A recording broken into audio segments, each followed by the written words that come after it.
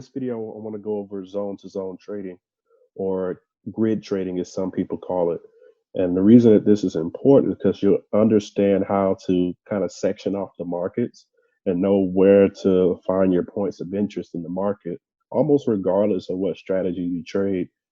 This is going to be something that's going to be a key component to it, because that way you'll know how to confirm, the entry that you're trading based off the strategy that you're trading. So a couple things that go into zone trading is that price must react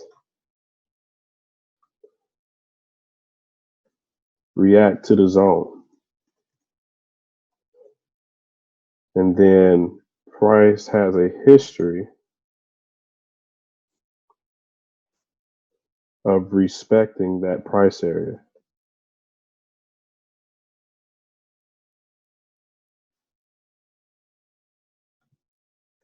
So a zone is just basically like an area in the market to where price is going to have some sort of reaction from, or people are going to come in to sell or buy from that zone, because it has a history of doing that. So when you're looking at zones, you want to look for, the more a price respects it, the stronger. And then when it takes, every zone gets broken, but you want, when a good zone is broken, it takes a strong candle to break it. So these are sort of like the, guidelines when it comes to trading a zone. Price must react to the zone. It must have a history, and the more price reacts, the stronger. And when a good trend is broken, it takes, a strong candle to break it.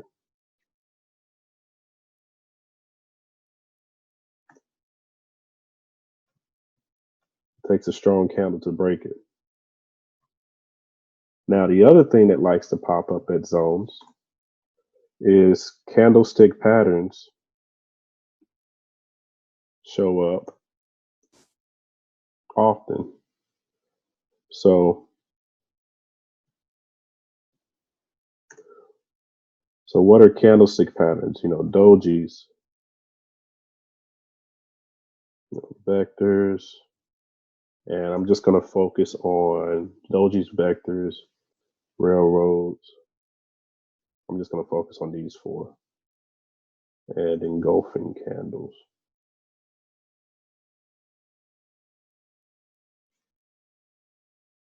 And then the idea of zone to zone trading is trading with the trend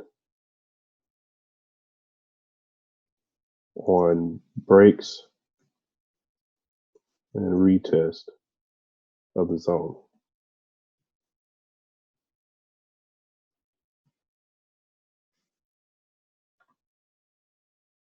So this is basically your guideline to zone trading. So price must react, has a history, the more the better. It takes a strong candle, and then candlesticks patterns show up often in the area.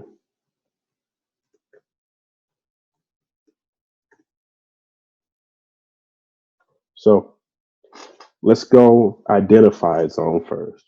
So that's what we're going to do first. We're going to look for price to react to a zone, and have a history of respecting.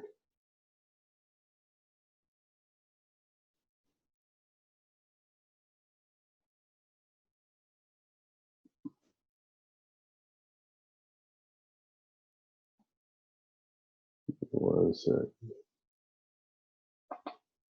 There we go.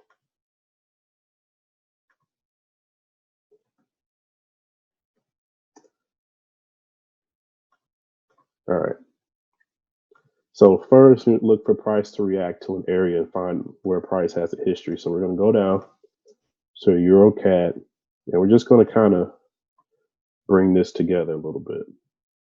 And if you're looking for, if this is a little bit too confusing for you, what you can always do is you can go to the line chart and look for points of interest with the line chart. It's going to be kind of less noise to go off of. So the very first one that pops up to me is this area here.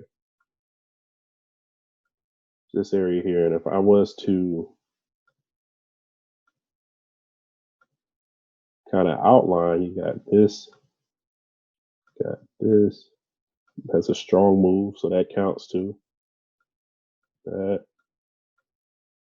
So you have all these areas.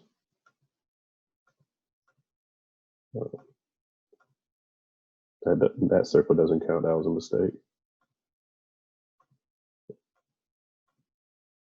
So you have all these areas where price had a reaction from, whether it was, and it doesn't have to be perfectly on the spot. So like I would even include this little reaction here because it was in the area. So when you're looking, and that's what you're looking for. So if we were to kind of measure that out, not measure it out, but mark it up, it would look like that. Make sure it's straight. There we go. The second area that draws interest to me is this area here. It'll be this area here. So if I mark up my reactions to that area, it will be this one, this whole little thing right here, and that break and retest of it, this whole thing, and then this counts too. Because remember, it's an area. Like don't get hung up on the line. I'm just kind of showing you the line because that's the center of the area, but the area is going to encompass this.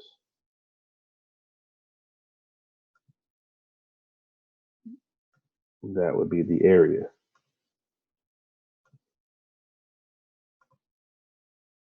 And then one more. I'm just going to do the area just to make it quicker.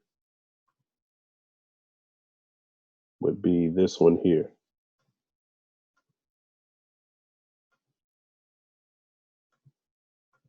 Now, you found where price respects a lot. Now, if these areas are good areas, if I go backwards in the market, then they're going to show up multiple times as price reacting to it.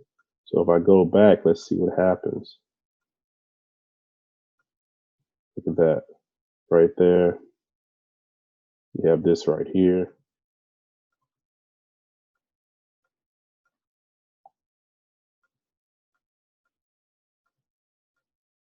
Got this up here. That small break and retest there. Break and retest here. Then here. Have some consolidation. And up here, that's a clean one. That's another clean one here. So it's going to continue to respect that area. Break and retest here. And then another one here. Reaction, not a break and retest. So that's what you want to see if you pick a good zone. You want to see other areas, even be like after you marked it up, to where if you go back to where you couldn't have seen it originally, like we're over here at first, and I go back and I still find common areas, then I know that's a good area.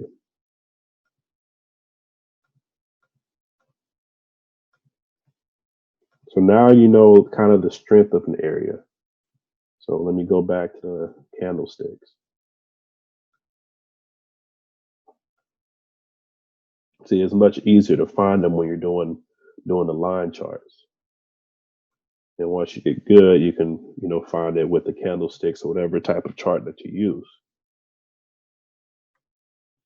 But that's the gist of it there. Now, what we're going to do is, and this is kind of a good area that is doing this right now on EuroCAD, because all we're looking for is all we're looking for is zones that are breaking and retesting. So basically, because you're going to have an impulse. So what I mean by breaking is an impulse like this, where the candle breaks it. See how that was a strong candle that broke that zone? That's a good sign for me. Comes back to that zone and it corrects. So this little coming back part is a correction. Now, sometimes it doesn't have to reach the entire other part of the zone to start to correct. It could do something to where it goes like halfway, like this one, impulses, corrects, and then continues forward. Or even a small one like this one has a small impulse, but a smaller correction, but still continues forward. So what you're looking for is exactly that. Now, another danger, like a danger of doing zone to zone trading, is maybe looking for too many zones, because I could take that right there and it could be a minor zone. But you see how price has weaker reactions to that area? Weaker reactions, and it's a smaller zone in the middle of two major zones. So when you're new, don't look at the smaller zones. That was a smaller zone because it just had a couple reactions, but most of the time prices, like even the breaks and retests, are small. Like you got that small one, then you have that little small one, but it fails and stuff like that. Like, so that zone can confuse you. So I wouldn't focus on that until you really understand your zones. So how do you look at the market when you have your zones like this? Well, it's like a grid. If you're jumping through a ceiling, if you're jumping to a ceiling, you're going to hit your head. If you fall down from a ledge or a higher place, you're going to hit the ground, and that ground is going to be an offer of support. But say that ground, you were strong enough to break past the ground and go down to the next level of the building. Say it's a multi-story building, then what was the ground that you just fell through on the next floor below is now your ceiling. So that's going to form like a reversal zone. So when you're looking at it, to go to the live market, and Price is giving us a great example right here.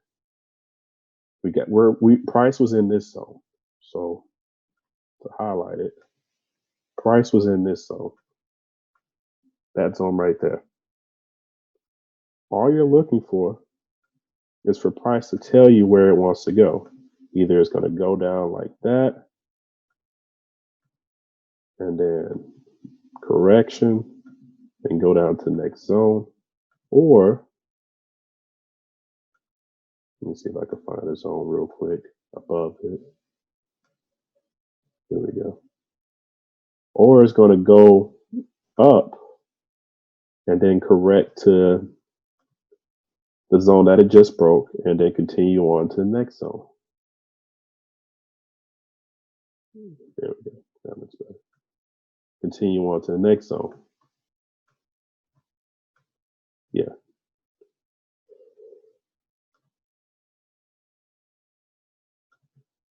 So either go up like this or go down like that. So all you're waiting for, you don't have to be a market analyst and predict the markets. You're just reacting to what the markets is doing. So all you're looking for is breaks and retest of that zone, impulse, correction, whichever one. If you ever hear either one, it's usually the same thing: impulse, breaks and retest, impulse and correction. So you're either looking at that or that. And then let's say price comes down here. Say price comes down here, it comes. All you're looking for is your next move. So what does that look like? It's either going to look like this. Interesting. I didn't know I could not do that. Okay. Delete that. It's either going to look like this, or go down to the next zone. And you're just waiting from the market to tell you where you're going. You're just following the market to see if I can find another zone and just zoom out, go to a higher time frame. See if this makes sense.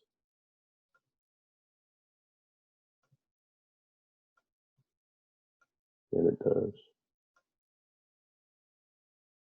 Got two. So you got this one here, a little bit higher.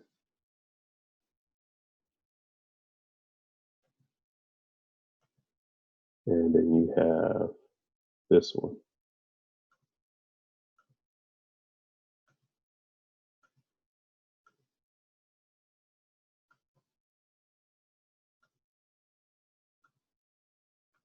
All right. So you see now the markets start to make more sense because you have it sectioned off. So literally all you're looking for, like say the market comes down to here. Come down is a horrible depiction of the market, but say the market comes down. You're in that area now. You're just waiting to see which way it's going to go. And you just want to make the market simple for you. So that's the idea of it. Now, the other parts is seeing, a good candle that breaks it. So to identify that, because we got the more respects part, that's what we were doing here, going backwards, seeing how many times it respects the strong zone. The other part is when it takes a strong candle to break it. So if I zoom back in, we're looking for strong candles to break the zone. And I'm gonna mark up the strong candles with squares. So look, got one right there, strong candle. There's a strong candle breaking the zone now. Strong candle that breaks this zone.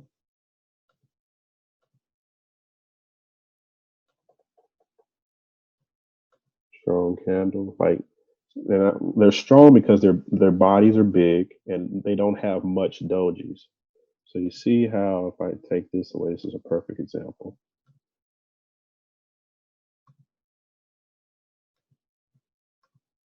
So let's zoom in right on this candle. This is the perfect example of a strong candle. So this candle here, you see how it makes one move and it goes straight in that direction, and there's hardly any doji. Like there's a small one, but you have to zoom in to see it. But there's no doji that's selling it back down. So it was a decisive buy candle. That was all buying, no selling. So when you see something like that, and that's the candle it takes to break the zone, then that's an even better sign for the zone that you're looking at, because that further validates the strength of that zone. That doesn't invalidate the strength. And this was something that I messed up a long time because I thought that if the zone was broken, depending on how it's broken, it can validate or invalidate the zone. So if it was weaker candles breaking that zone, like if it was a bunch of these candles right here, like if it was a bunch of dojis and they're just trickling up and that breaks the zone, then that may not be a good one. But if you see a strong candle like this breaking the zone, that's a good sign. So let's zoom back out, look for some more examples. Strong candle breaking the zone, another one right here. Strong candle to break the zone. That one. And even though this was a fake out, it took a strong candle to break it to fake you out. And we'll talk about fake outs in another video. But it took a strong candle to fake it out. But the candle that went back into the zone,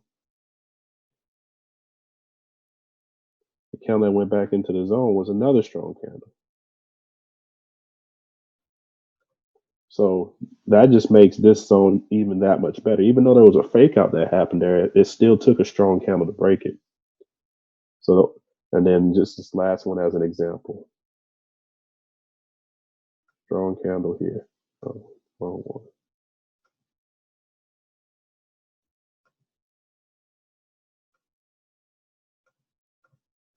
Like they show up all over the place. Like you see how it just becomes repeated after a while.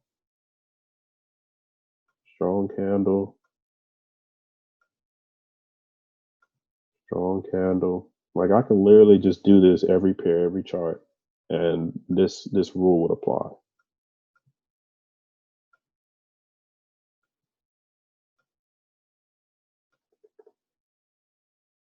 All right, so we get the point. The strong candles. So now, what's the other one to validate the strong zone? Candlestick patterns show up at the area often. Show up often in the area. So dojis, vectors, railroads, and engulfing candles. So I'm gonna just do a kind of a rundown of each one. So dojis, perfect example right here. Dojis are candles with small bodies and long wicks to both sides. Small bodies, but the wicks are longer than the body on both sides. Even though this one is a bigger body, this still counts as a doji because the doji was longer than the bodies on both sides. So that is a doji candle. Body, wick, the whole thing is a doji. So you see how that shows up in that area. Now, within these dojis, there is the other pattern, the vector. A vector always shows up with dojis.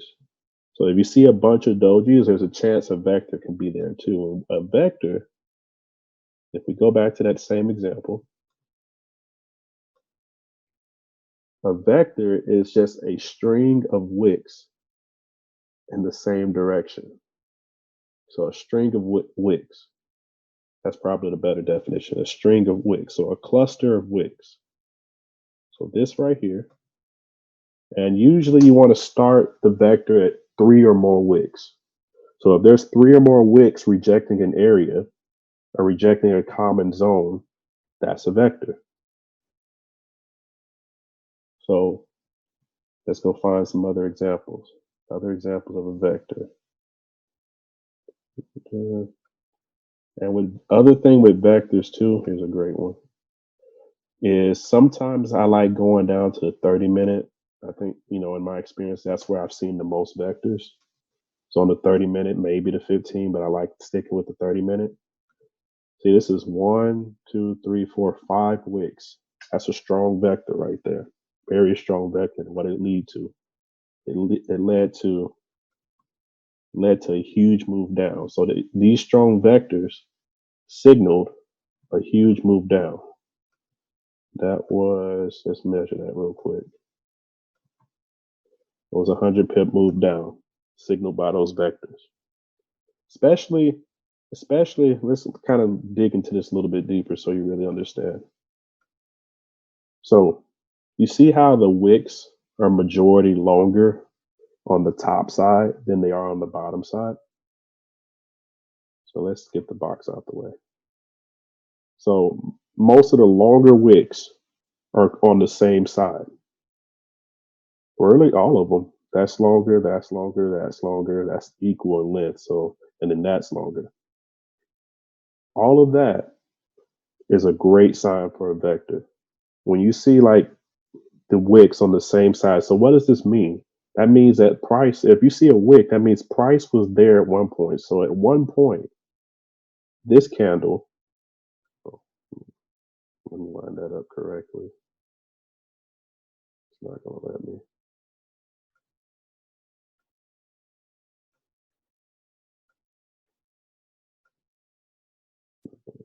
Let me zoom out and see if it lets me. But anyway, let me just continue. I don't think it's going to let me do it. But you'll get the point. This candle looked like that at one point. This, I'm not just talking about this candle. TradingView won't let me just make a box on the edges. So this candle looked like that. And what happened was sellers came into the market and drove the candle back down to where it closed here. I'll slide that over. This candle at one point looked like this. It was a green candle. The sellers came back in, drove the market down to here. So that was another rejection of that area. So the market rejected that candle. This candle,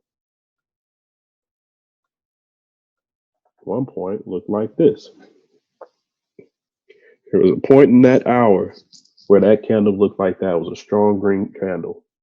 And then then the sellers came in and drove it down. So every time it keeps dragging this market up, the sellers come down and push it back down, and it's failing to reject that area.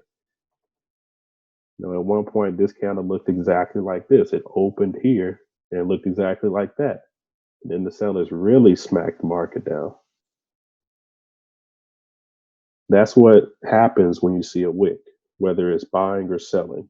It came down here, buyers bought, whatever. But the main thing is that it happened multiple times in the same area. And that's what a vector is. The other one would be a railroad. Now, railroads more so definitely show up on 30 minutes than they do on hours. But a railroad, let me see if I can find one real quick.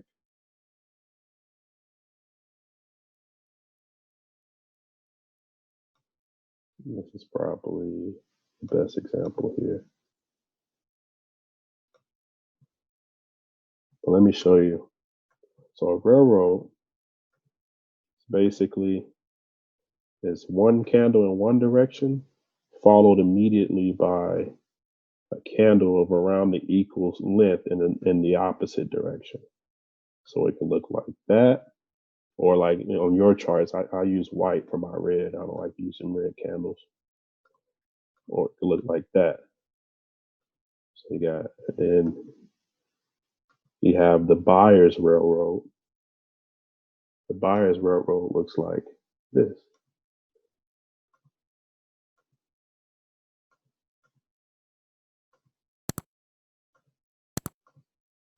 Buyer's railroad looks like that. So what is this saying? I like it especially when it's like this. Let me slide that up.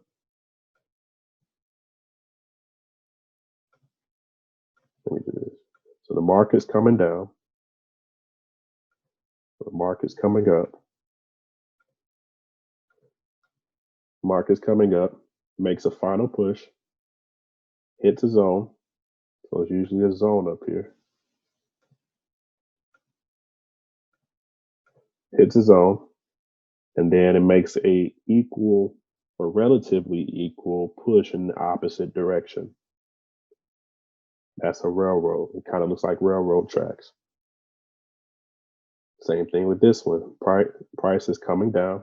That's when a railroad is really good. You see the price coming down to it, makes a red candle here, hits a zone, closes, and then a green candle, the opposite, comes up. Price usually goes up like that, and then for the selling one, price will continue like that. That's what a railroad would look like. So a railroad,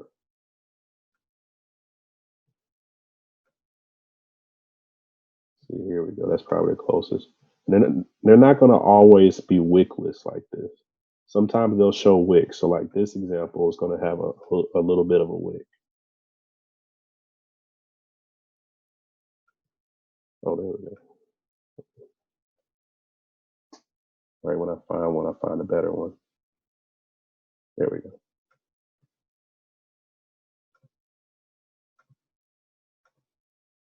So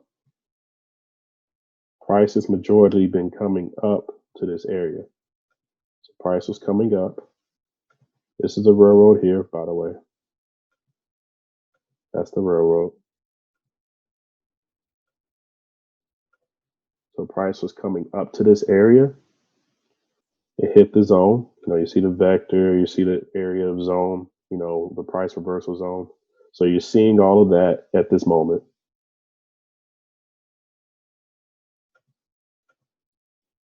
So you're seeing all of that at this moment right here. Then you see the price makes a push back into the area where the vector is. It stops, and then the very next one around the equal body. Like I said, railroads are usually not perfect on the 1 hour, but around the equal body. And then what happens after that is that it comes down. So let me replay that so you can see it better.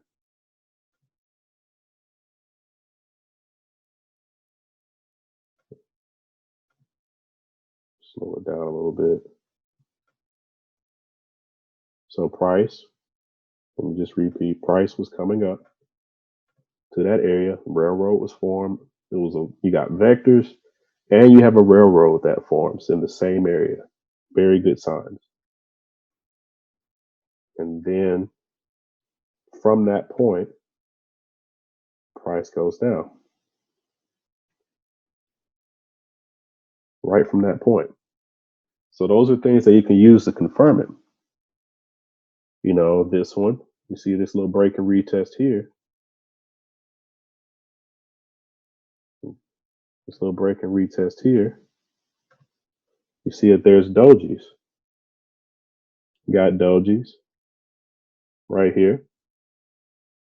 And that was another confirmation of break and retest. You got vectors on the other one and railroads. Those are other confirmations of that zone being stronger, that zone being respected, not breaks and retests, but the zone being respected. So those candlestick patterns are confirmations of the zone that's going to be respected. And then what was the last one that I put up? The last one was, of course, the engulfing candle. So like engulfing candles, you would want to see like from past history. You want to be able to anticipate engulfing candles when you're actually trading. But to look for where an engulfing candle might happen, you want to look for areas where other engulfing candles happened. So if we look at this zone here, I'm marking with the yellow line so you can keep pace with it. So if we're looking at this zone here, the other confirmation is engulfing candles. And I'm going to just put an asterisk, like a note from past history.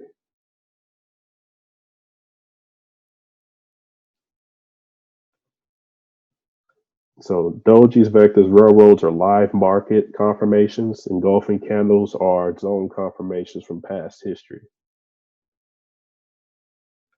You can use them in live confirmations. So like, for example, this one right here. If we use the engulfing candle as my confirmation to enter, which isn't bad at all, there's nothing wrong with it. You would enter here, and I'm not going to set them like disregard the risk, but you would enter here and you would target the next zone, which it hit it pretty fast. Like it could serve as a live confirmation, but I like looking for them in past history because depending on how big the engulfing candle is, that might be half of your reward taken away from you. But some people like waiting on the engulfing candles, which is usually a little bit safer, but a less reward. You can kind of choose which way you want to go about that. But you can use that. See, if you would have took it from this engulfing candle here,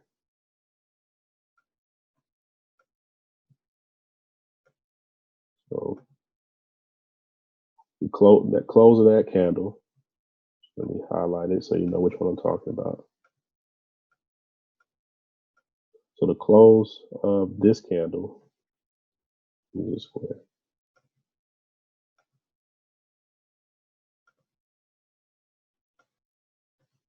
The close of that candle, so it closed in that area. Some people would take that as a trade.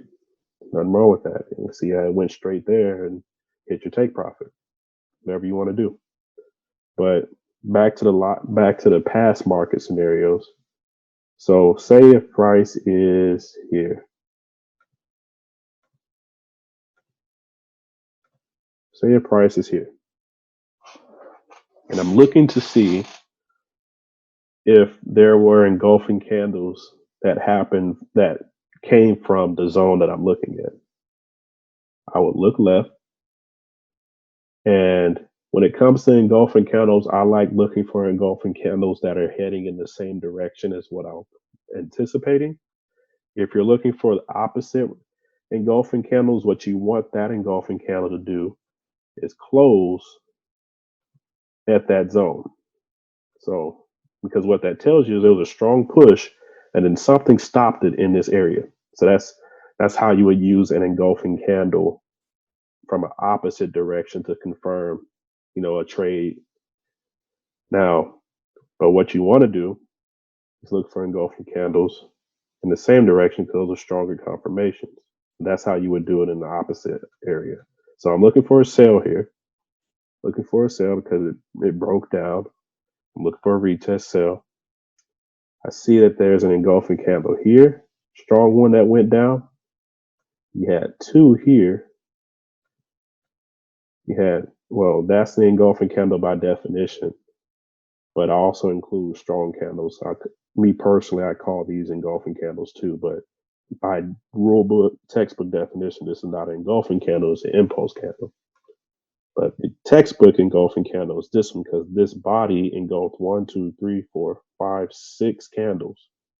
So 6 hours of work got engulfed by one candle. That's a true engulfing candle. But I see that. I see this one. So I'm seeing all of these engulfing candles. I see this one here. And I even see an engulfing candle in the opposite direction, but it follows my rule for engulfing candle, which means stopping in that zone area. So this is a really strong zone. We got the vectors here. We got the vectors right there. Got dojis. We got, let's see, we even got a little railroad action here. So all of this happening in this zone. Little railroad there. So multiple confirmations of a strong zone. So when you see that, you're at a good potential area to where you can place a trade. But all in all, this is how you do zone-to-zone trading. And just to recap, if you're here, it's breaking, so you're looking for the break and retest there. Like say it didn't break and it's still in this area here, say price was still here, you would just look for that. And you would just keep playing that. Like you would just keep doing it. Every pair, every chart, this is your move.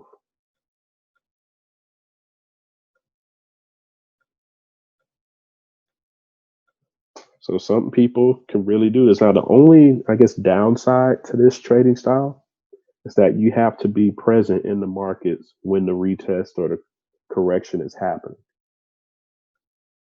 Some trades like this, that's 1 hour, 2 hours, 3, 4, 5 hours to catch it. It's 5 hours to catch it. But some, like, what was a quick one? Right here. This was a pretty quick one. This all happened in less than an hour. Doing that.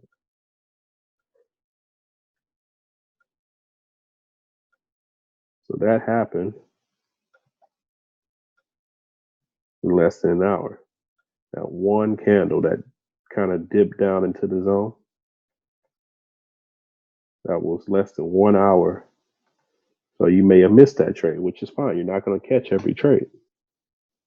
But that's the only drawback. And here's another quick example. It took less than an hour for it to happen. So the only drawback to this trading style is you may miss it. Now you can negate stuff like this with setting up alerts on your charts, but for the most part, you would have to be present to catch it, which isn't bad. Like, if you get an alert You check your phone, check your computer, make your move, continue what you're doing. It's not bad. It's not going to kill you, but that's the only drawback. But this is how you trade from zone to zone.